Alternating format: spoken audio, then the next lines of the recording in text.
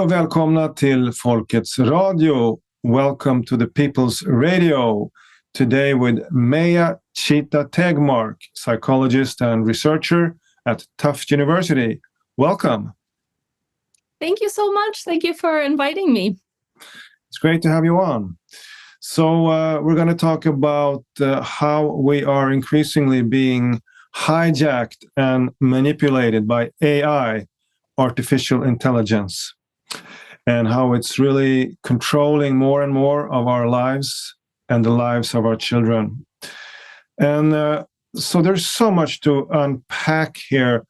Could you perhaps just begin by telling us a bit about yourself and your work, and also how this threat has accelerated during the last few years? Yes, so I'm trained as a child psychologist, and I noticed early on in my career that there's this big thing that's being introduced in our environments and in our lives, that's technology. And people don't, we keep thinking about, okay, how the mind works, but there wasn't that much research looking at how is it influenced by this thing artificial thing that we're introducing. And especially these days, AI is a big part of that. So I switched my research a little bit into trying to understand a little bit how humans interact with AIs, with machines, robots, more generally. And that sort of research has also sparked a lot of concerns for me, looking at sort of what's happening. And I also have this sort of activism hat that I wear. I'm very involved in trying to mitigate some of the risks coming from this technology through nonprofit work.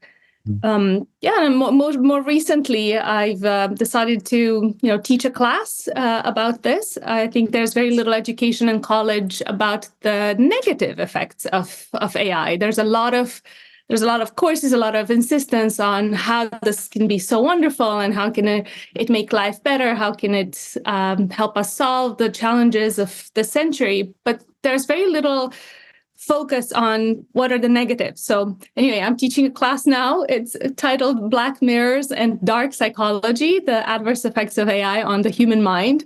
So it's a little bit of a provocative title, but it's very purposefully biased towards negative. That's not to say that technology cannot be good in our lives and cannot bring positive things as well.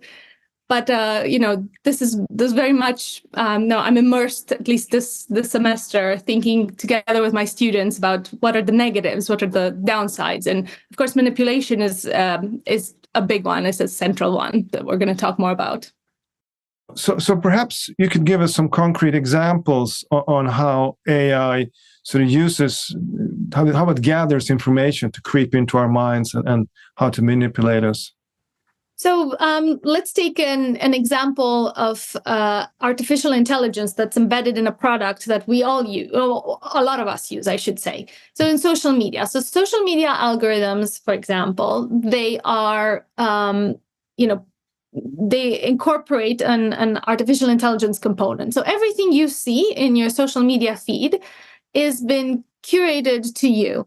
That means that everything you did on the app, how much you scrolled, where you clicked, how much you looked at the certain, picture, what information you put in there about yourself, your photo, for example, that can reveal your gender, your these days you can, with AI, you can guess just from a person's photo what sexual orientation they have, what political inclinations they have, even their personality traits. You can infer from the kinds of things that they like on Facebook. So all of this data is available to this algorithm, and it uses it. And what it outputs is the next thing that is going to keep you scrolling and watching, because the way the AI has been sort of trained and programmed is to maximize engagement. That's its goal. That's its big purpose. And it takes all of this information in, and it calculates what's the thing that with the highest probability is going to keep you scrolling. So in this sense, it really taps into both your behavior, but also what you're thinking, what you're looking at, what you're taking in, who you are, your traits, even your states, your mental states, and it uses this information to influence you. It influence your attitudes, your behaviors, your mood, your beliefs about the world, and so on. Yeah, and I noticed, for instance, people often say that, it's so spooky. I was talking to my mother about getting a new pair of shoes, and then all of a sudden it came up in my Facebook feed. And I noticed recently that some of my idols from sport, even like from my youth, would come up, like Mike Tyson. When I was a teenager, I was a great Mike Tyson fan. Started coming up different things, and Roger Federer and Rafa Nadal, and it's almost a bit too obvious that it's so to be maybe effective. But so I wonder, how does it only collect information from my Facebook, or does it sort of combine with the other kind of sort of mining of information? We don't know. I mean, the algorithms are proprietary algorithms. Nobody knows exactly what goes into it. And I think a lot of people are demanding, not right now, more transparency. I see a lot of people, both in the activism world, even my students that I talk to, who would really love to know, what data is being collected on them and how it's being used. We don't know that, but it's safe to assume, I think, that social media collects information also from your other browsing. So it has plugins into your browser. So if you've searched some of these terms, it will get that information, especially if you sort of follow a thread or a link from the Facebook. Now, from the Facebook or Instagram or whatever social media you're using somewhere else, it will know that where you jumped, where you're going. So it can collect more information about you. Now, there's some other ways in which it definitely can. I'm not sure if it does at this point, but I mean, our phones that we wear in our pockets, there's a microphone here. It can be turned on live at any time. It's not like this is the kinds of stuff that hackers can do. But I mean, you can imagine that it's not rocket science. So that's what I'm trying to say. It's not the technology of tomorrow. It's right here. It's totally available. It has a camera. Your webcam can be turned on remotely without you ever noticing, for example. There's a GPS location for your phone. Your phone knows, how fast you're going, where you're going, what shops you've been into. All your credit card transactions are a digital footprint. Now, these days, there's a lot of wearables. So people have like Fitbits or sort of things that are supposed to help with training and exercise and measure heart rate. Well, as a psychologist, I know very well that from a heart rate, you can know a lot of things about a person. You can infer, at least, not super precisely, but still, on average, very well. Are they stressed? Are they hungry? Are they sick? Are they coming down with a fever? These things can also measure your temperature, can measure your blood oxygenation. All of these are indication of what your state is like. Maybe you're hungry. Maybe, you're going through a particularly difficult time. I've been to a conference once where people were talking about, how Facebook algorithms, just from the kinds of words that you use, can predict when a teenager is going to kill themselves, for example. And there was a big, there's the question asked, what do you do about that, right? How do you intervene? Do you not? But I mean, having that kind of information is really, really both, invasive of privacy, I think, and also scary. There's a huge responsibility when you have that kind of power over somebody and that kind of knowledge about somebody. Yeah. And also, I mean, one thing is that sort of trying to target, this person, he used to be a fan of Mike Tyson. He likes tennis. He's interested in this, and he goes to these kind of shops. Sort of, that's my traits, so to speak. But also, as you say, they are more and more learning how to also understand what kind of state we are in. If a girl is going to have menstruation, or if you're tired or hungry, so can you talk a little bit about that as well? Yeah. So this is something new. the sort of targeting based on traits has been done, and it used to be done sort of more in the paper and pencil questionnaire. Somebody would ask you some stuff, and then would infer your personality. Then you would try to create something that was sort of customized to your personality traits or your preferences, or but it was very expensive, and it couldn't be done at scale. And nobody could have thought of tracking you every day, and seeing exactly when the moment of weakness, when you're most tired and you're most likely to buy this product, or really convince, so the sort of your life, the lived life, was still inaccessible. It was maybe your stable traits that you had over a long period of time that could be targeted. Now, with AI and the fact that we are so constantly immersed in this digital world and leaving our digital footprints everywhere, and with the capability of AI to take in massive amounts of data and distill patterns, a thing that's very hard for humans to do.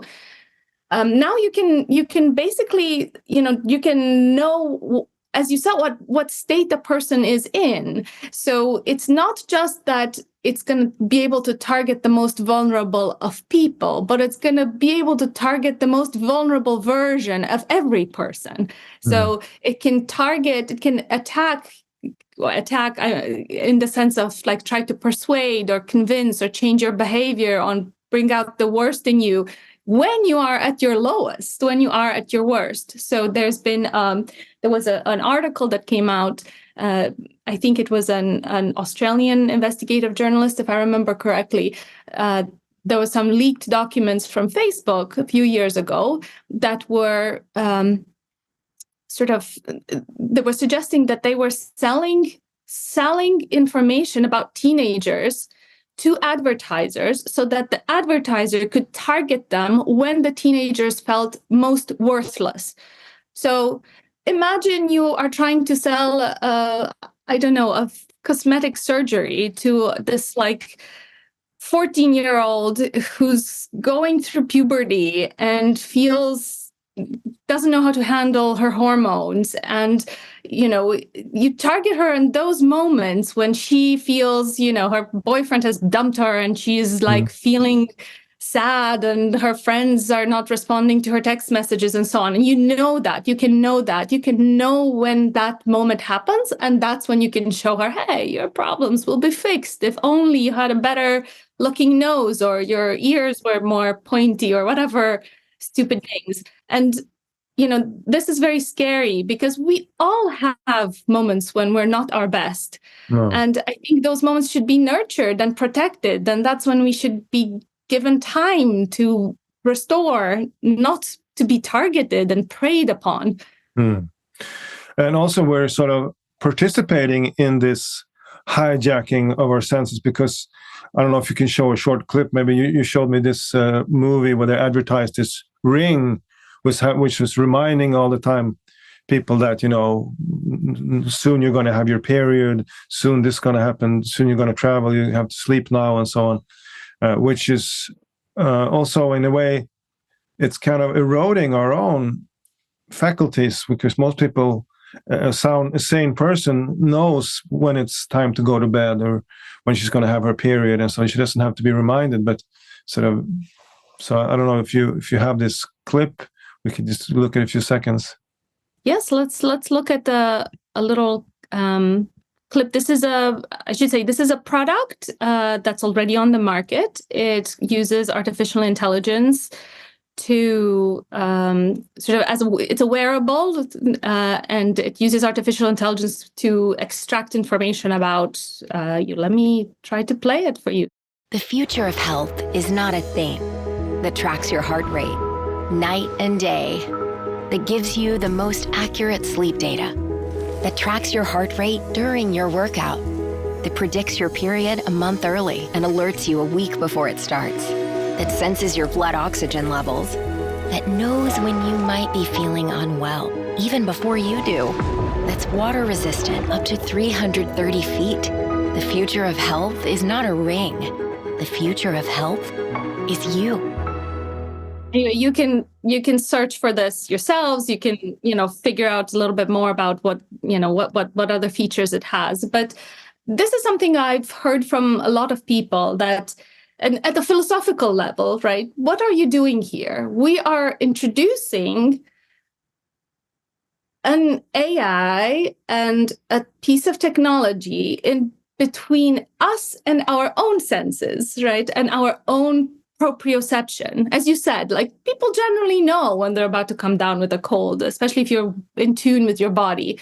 And I think, a lot of these things are marketed as, oh, this is a way to get even more attuned to your body. And I must confess, I had I had the Oura ring actually for a while too, and then I just couldn't do that. I was I had recently given birth, and I thought, oh, this would be a good thing to just track my sleep, and I sort of remind me of, and then it went so against every sort of intuition and urge that I had, and every instinct that I had, and it kept like berating me for not sleeping enough, even though I had a baby that needed nurturing, and I just threw it away. It's like, I'm tired.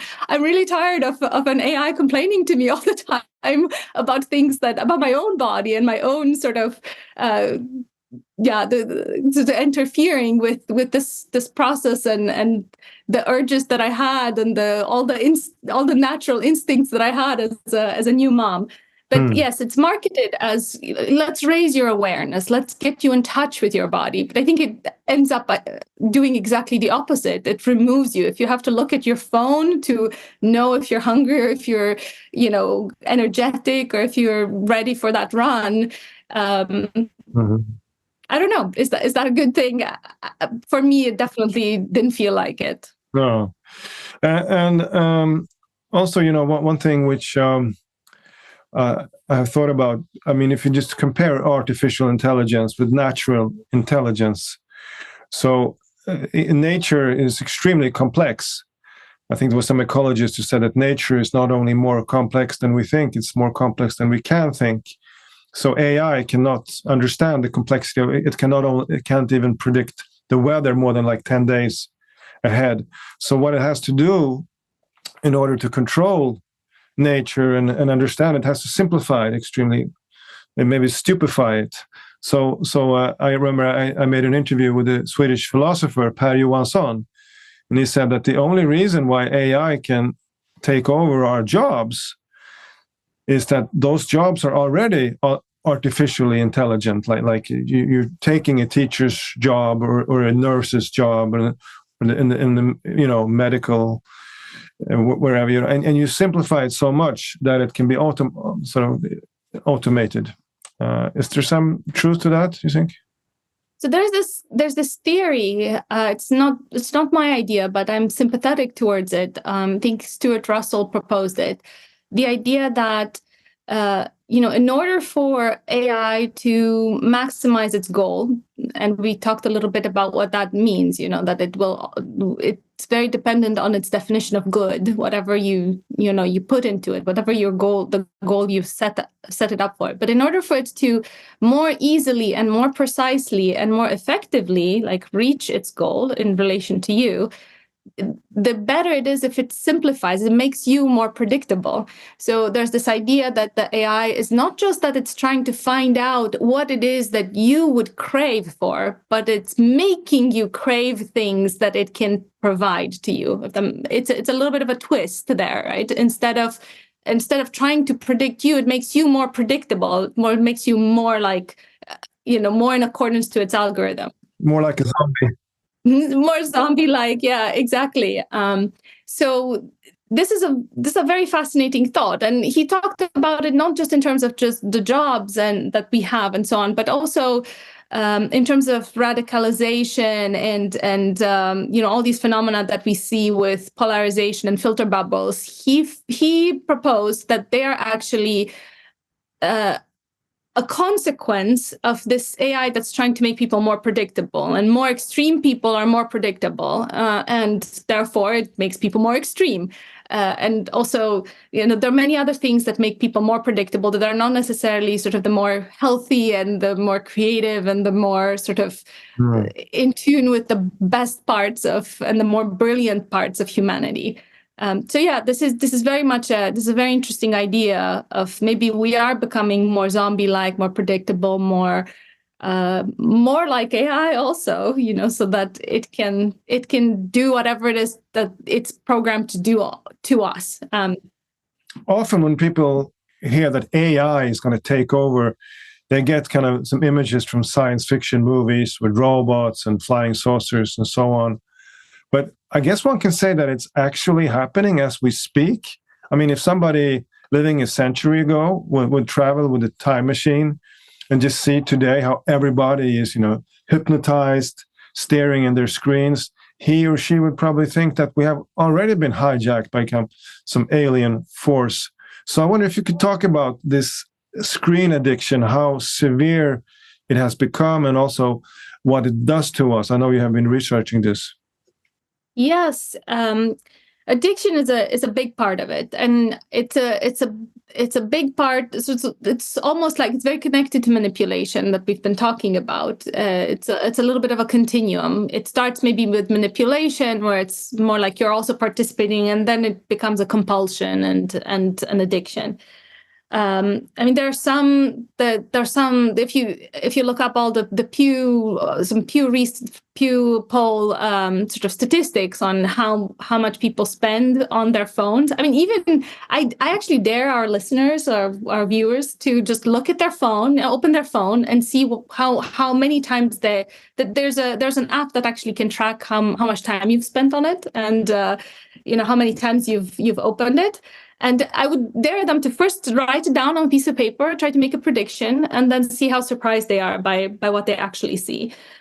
There's statistics say that on average, people pick up their phone about 50 times every day. I think that's on the low side these days. This was like years and years ago. Social media, teenagers spend, anywhere up to 6 hours on social media every day. That's a huge chunk of time, more than they spend on, almost as much as they spend on sleep, and more than they spend on any other activity. A lot of the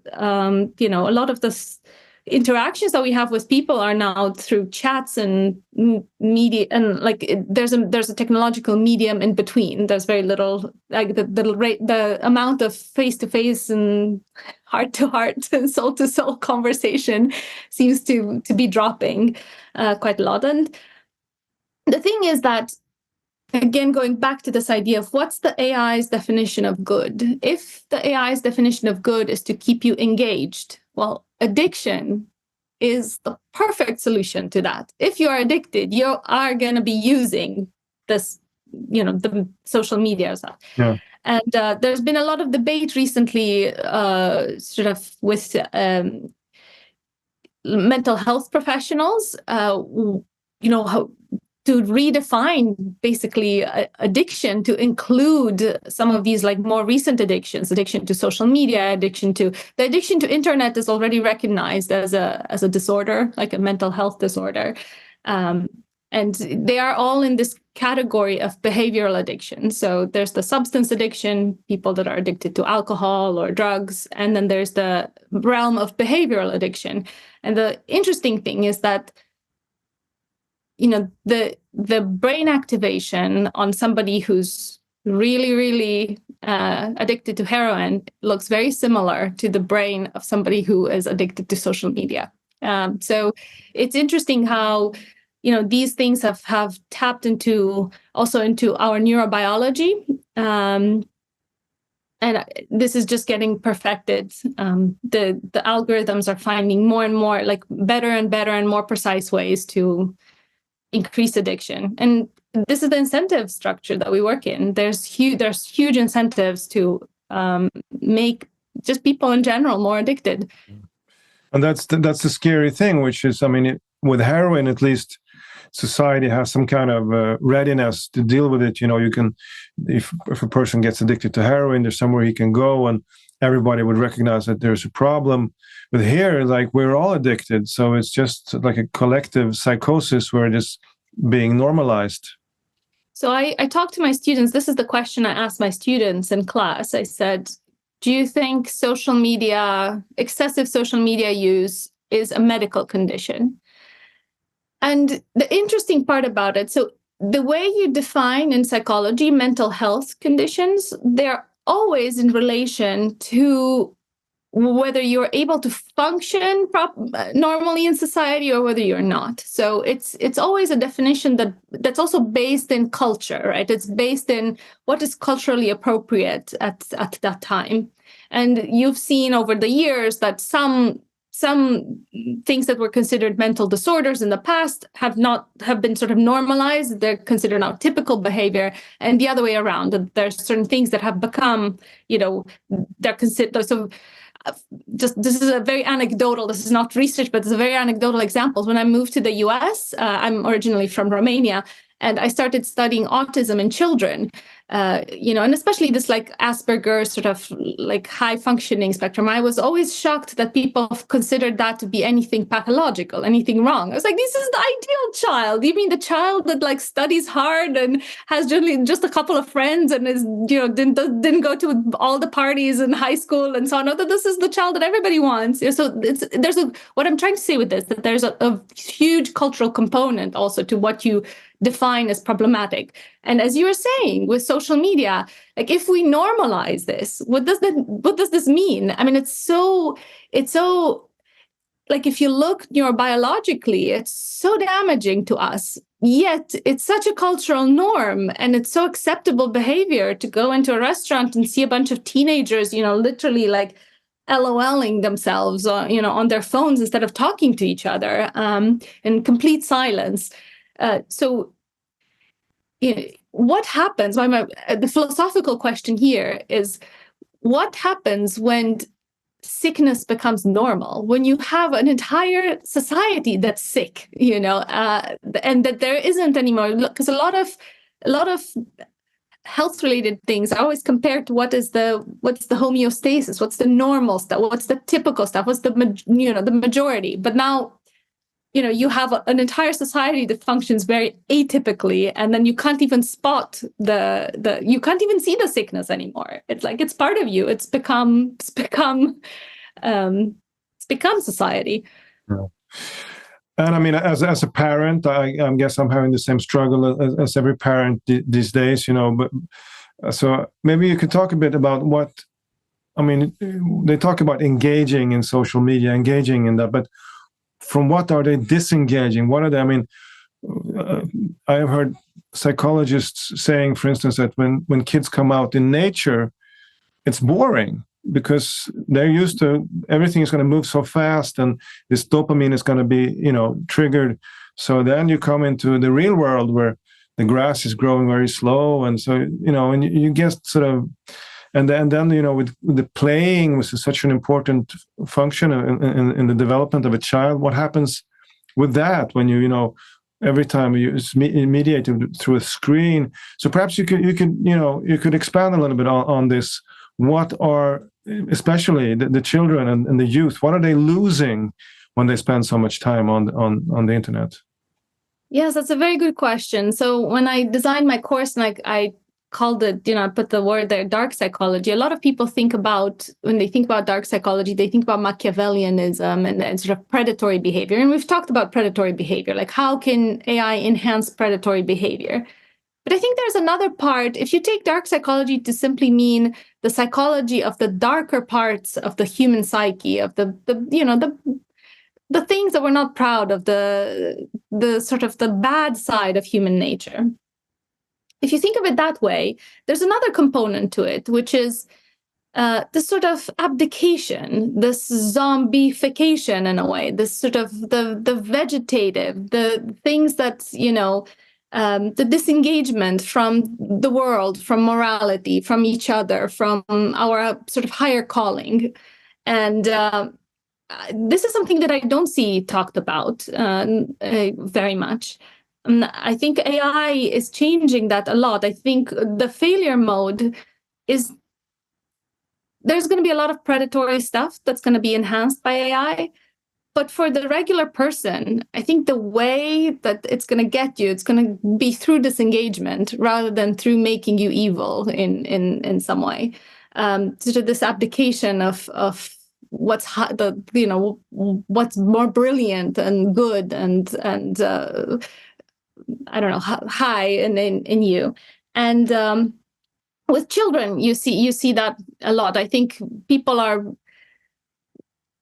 we are part of nature, and we're meant to be in nature. And I think the first thing that we disengage from is nature, is the non-natural world. Actually, one of my colleague activists, Asa Raskin, the person who invented the infinite scroll, he's very regretful now of that invention, because he sees how much addiction it has created, and he has now a project on trying to use technology maybe to get people more in tune with the natural world and with non-human animals and so on. So this idea that returning a little bit to our environment is I think a very powerful one. I've asked my students actually to brainstorm about what they can do to mitigate the mindless scrolling or almost addiction, or or addiction. Some of them even came and told me yes, I'm totally addicted to this thing. And the interesting takeaway from all of that conversation was that it seems very futile to try to resist the forces by little tweaks, like trying to limit your time, or they're good, but they're just a band-aid. And all of them agreed that the only way out is perhaps to give you a chance to love something more than you love your technology and your AI.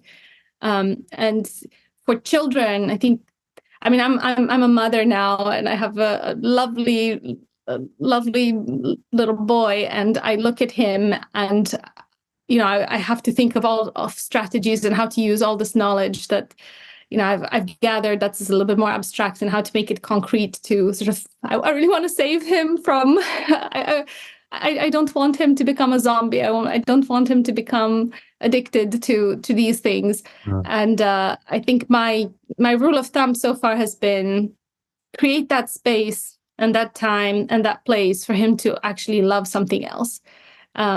Give him a chance to love nature, give him a chance to love animals, give him a chance to love people around him and play, and all the things that I think could make him could take the bright side of his psychology and enhance it rather than the dark one. And also, as you mentioned, that if you don't use a certain faculty you erode it. So like with the GPS, for instance, like obvious, like taxi drivers were much better to navigate in cities before than they are today. But on a more sort of sinister level, there's also this saying that when you talk about the human imagination, which is an enormously powerful tool, use it or somebody else will, or something else will. So that is, sometimes when you talk about the matrix, I think about in indigenous cultures, they are very much aware that we are not only spectators of reality, we're co-creators of reality. So, and this is where, for instance, with fairy tales, in almost every culture, you tell fairy tales to children. So they listened to this, Hans and Gretchen, they walked in the forest, and then they came to this big house made of candy, and they get this inner images. So this is one very important thing of being human, that we can create these images. So when all the images and all this comes from the outside, does that make it easier to hack and sort of draw us into this matrix? We talked some years ago a little bit about VR, the virtual reality, the two of us. That's probably the extreme version of this, where all your reality gets mediated by technology and especially technology controlled by somebody else. But already a lot of our technology is mediating. It's mediating our interactions. It's mediating everything. And then you have to ask yourself, do you want it that way? And who is controlling that technology? And I think that a lot of technology and a lot of AI is being put to the the task it is given is to make things what they call easy for us, accessible for us. So you don't have to put in the mental effort to imagine that house that Hansel and Gretel went to. You have it here. Here it is. Like, look at it. You don't have to. There are these books now, that actually use an eye tracker camera. So when there's an image, and then when you look at it, it starts to Hansel and Gretel start to jump and stuff. So you don't even have to click on it or touch it or anything. It measures where you're looking, and it sort of creates these things. And it can be nice, it can be fun, and it can be gimmicky. But the question I have is, if this becomes pervasive, is if everything that you do is mediated by this, then, well, first of all, yes, you're much more vulnerable to control. I think that's a no-brainer to being controlled by somebody else. But it's also, you're losing part of that very deeply biological and human ability to adapt to your environment. If your environment is always adapting to you, then are you really growing? Are you really what's happening to you? Not to mention that, of course, removing anything that's that has friction in it, that has a little bit of, requires effort.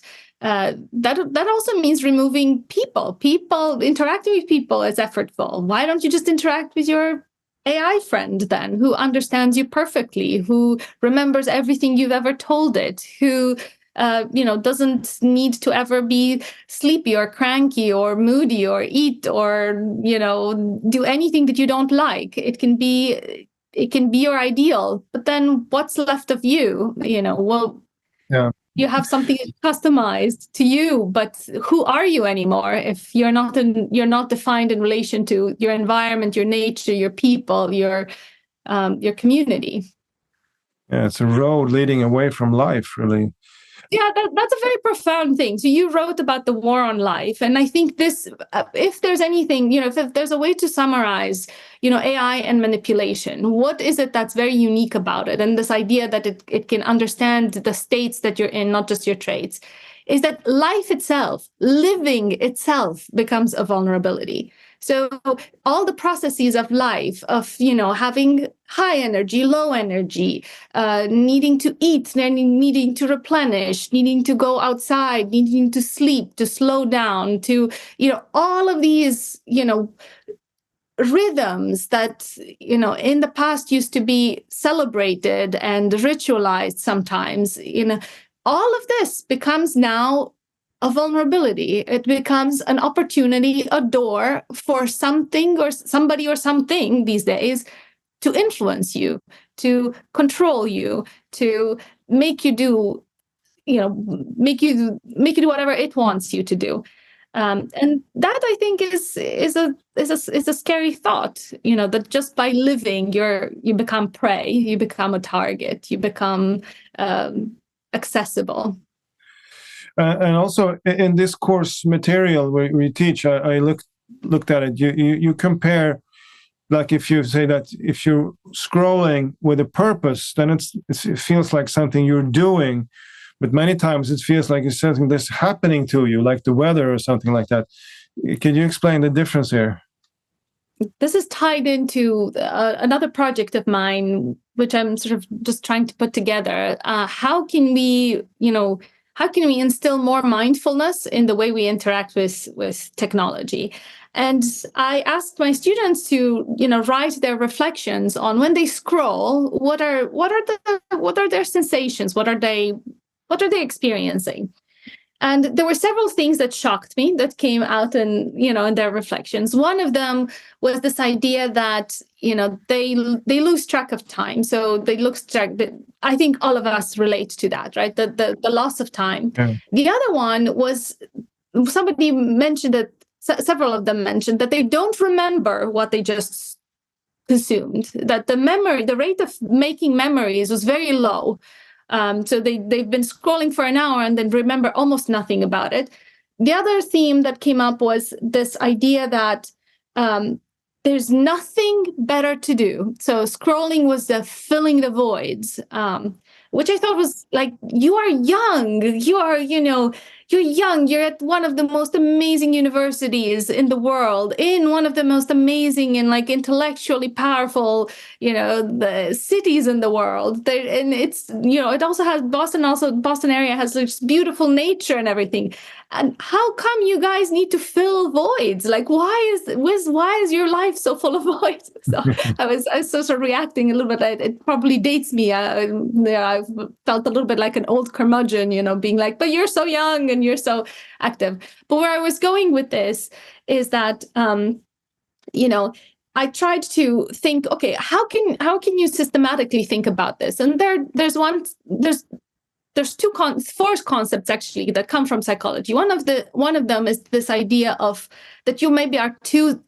You can imagine it yourself as two selves. One of them is the experiencing self, and one of them is the remembering self. The self that like lives in the moment, and then the self that makes the story about your life and evaluates your life.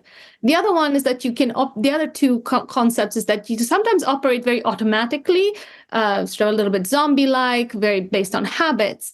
And that's like your system one. And then you have the system two, which is sort of more deliberate and intentional and so on.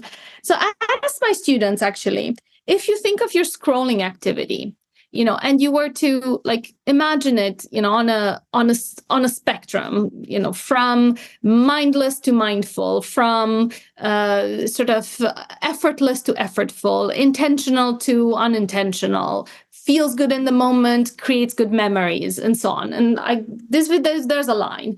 Where would you put it how it is now, and where would you like it to be? And almost everybody wanted for their interaction with technology, and especially with scrolling and consuming content online, to be more intentional, more conscious, to have better memories, to feel like it's something that they do, have more agency over it, rather than feeling like something that just happens to you, which is the case. They felt that was the case. So it's very interesting that that's the direction in which a lot of people want to go in. I think their reactions were very relatable to everybody. But the pull and the incentives in the industry is to put people on automatic mode, make everything to be effortless. Like even, the fact that when you watch a YouTube video, it cues in the next one, it starts playing the next one. Like a lot of people have that feature. The fact that there's an infinite scroll, so you can keep losing track of time. And it actually implements a lot of social media, and a lot of these platforms implement a lot of the sort of tricks that gambling industry is implementing with the slot machines and the gambling, gambling games. So we're at this weird spot, when we would like more intention, we would like more agency, but there are thousands and thousands of people whose job is to erode that, to make you less intentional, less purposeful in your search, less. And so now there are thousands and thousands of people who are doing that, but now there's starting to be incredibly powerful AIs that are trying to do that. And I'm actually more scared about the AIs that are trying to do that than the thousands of people who are trying to create solutions for you to be more unconscious and more automatic. And one thing, which is also so paradoxical, that, there's so much research that shows that AI, interaction with AI and social media, especially at this level, when it's several hours a day, it does not make people happy. And I think one of the saddest thing I saw in a documentary about young girls, they said that like one generation ago, many young women and girls, they wanted to look like the typical movie star at that time, like Marilyn Monroe or Brigitte Bardot. Today, they wish to look like their own Instagram image that has been manipulated by AI to look like a model. So, you can imagine what it does to their own self-image. that they have this artificial image of themselves, which is sort of more perfect, and they're not good enough. Absolutely. And there's so much suffering, honestly, that's being inflicted in these ways. There's somebody was saying that social media is such a perfect medium for constantly getting the message that your life, your real life, is not quite up to par, that the way you really look is not quite right, that what you really feel is not quite, that basically even the fact, and you might think of this as benign, but the fact that you get so many likes for things that are not really you, like it's your photo, but it has filters on, and it's it was your vacation, but it's like this very edited piece of it. It doesn't show that time when you missed the bus and you had the meltdown, and it just shows the beautiful beach and the umbrella and the beverage in your hand. So it's like you're constant. Even the fact that people like the likes that you get, the approval, the social approval for all of these things send you the message that the rest is like not approved. Motherhood is a big part of my life now, and as I was getting ready to give birth, I was watching a bunch of videos on young mothers' experiences and stuff, and even that, like, there's this entire culture there of like, what does it mean to be a good mother, and all of it, a lot of it had to do with like, how do you have the perfect nursery with like the perfect plushy toys and the perfectly color matched crib with the lighting and I was like, and after having a baby, I was like, no, that's not at all. Not only is it not important, but it's like, it's such a perverted, signal and message that's being sent to mothers about what matters. When there's so many other stuff that is being sort of pushed into oblivion. So it's a huge task ahead of us. So how do we fight back against this? This could, of course, be the topic of a separate conversations. But if you just say a few things, maybe the most important things, especially for parents, and also this addiction and so on. Yes, I mean it's a very big challenge.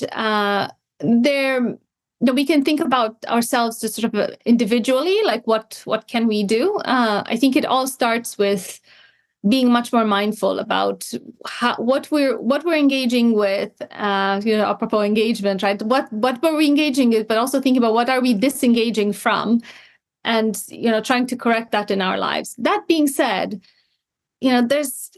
I dislike it a lot when companies and the culture puts all the blame on the individual. Well, you are the one who is like sitting on social media, and you're the one that got addicted because you couldn't control yourself and so on. The truth is, that these things are dangerous, right? It's like they are meant to erode your self-control. They are meant to make you fall prey to these things. And it's very unreasonable to ask individuals to resist on their own. It's a huge task, especially children.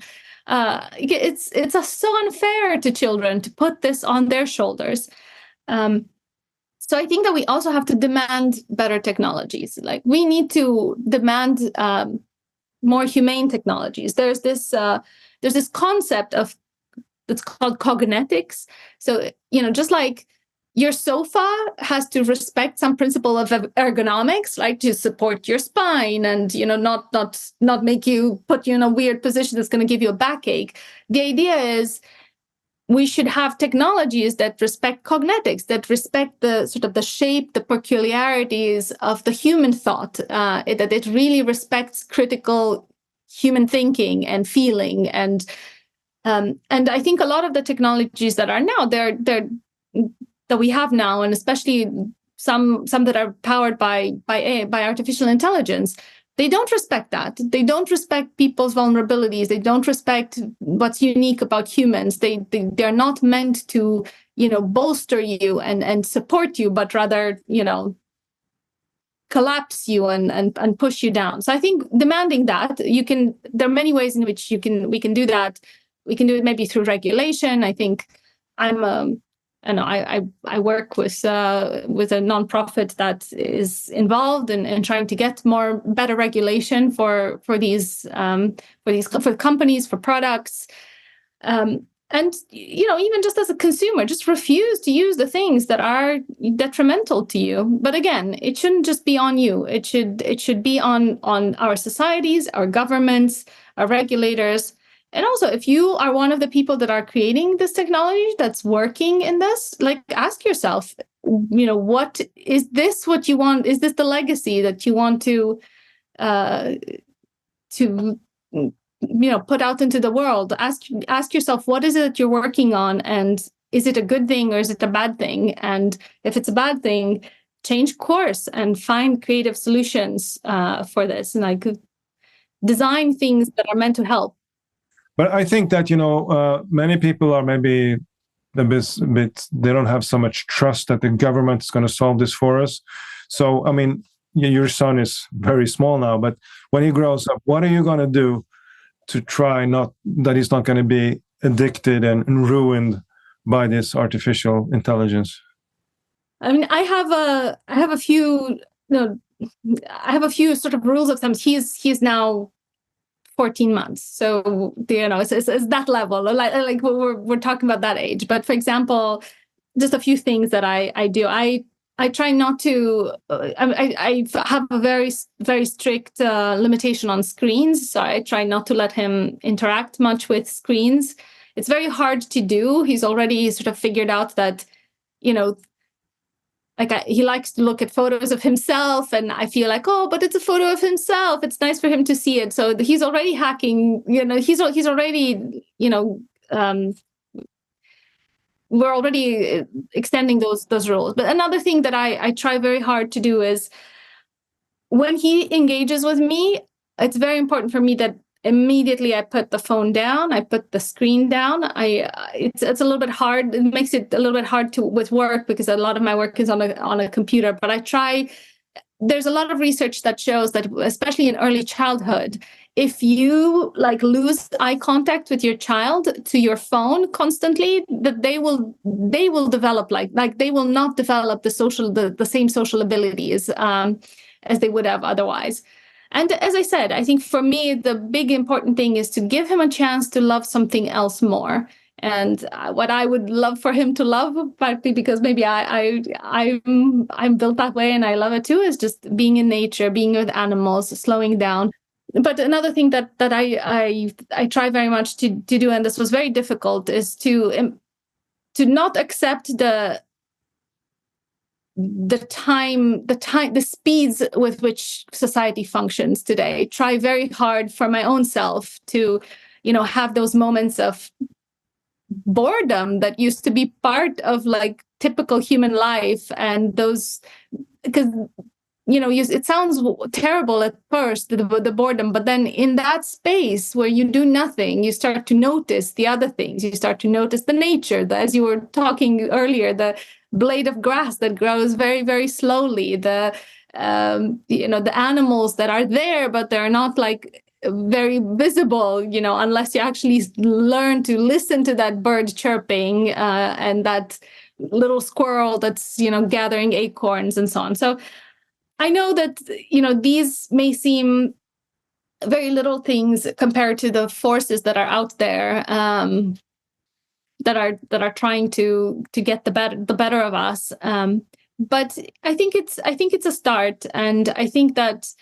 changing our paradigms and what we value, they can be almost like a cultural, like a societal. I'm imagining more of a cultural, a societal movement where more and more of us decide that this is not how we want to live, that this is not respectful of who we are as humans and as parts of nature, and that, we choose to live differently. And hopefully there can be a movement that starts with with us, and that we can, that it can propagate to the point where we get more support, even from the tech creators and the developers that are out there.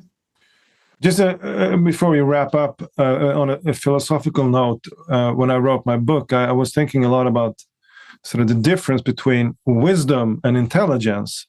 Sometimes these two concepts get sort of mixed up with each other.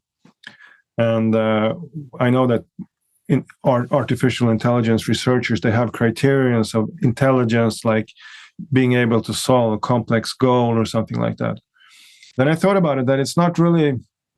I was thinking about if you compare healthy cells in the body and cancer cells, you could probably say that by this definition, the cancer cells are more intelligent because they achieve their goal faster, they grow faster, and so on.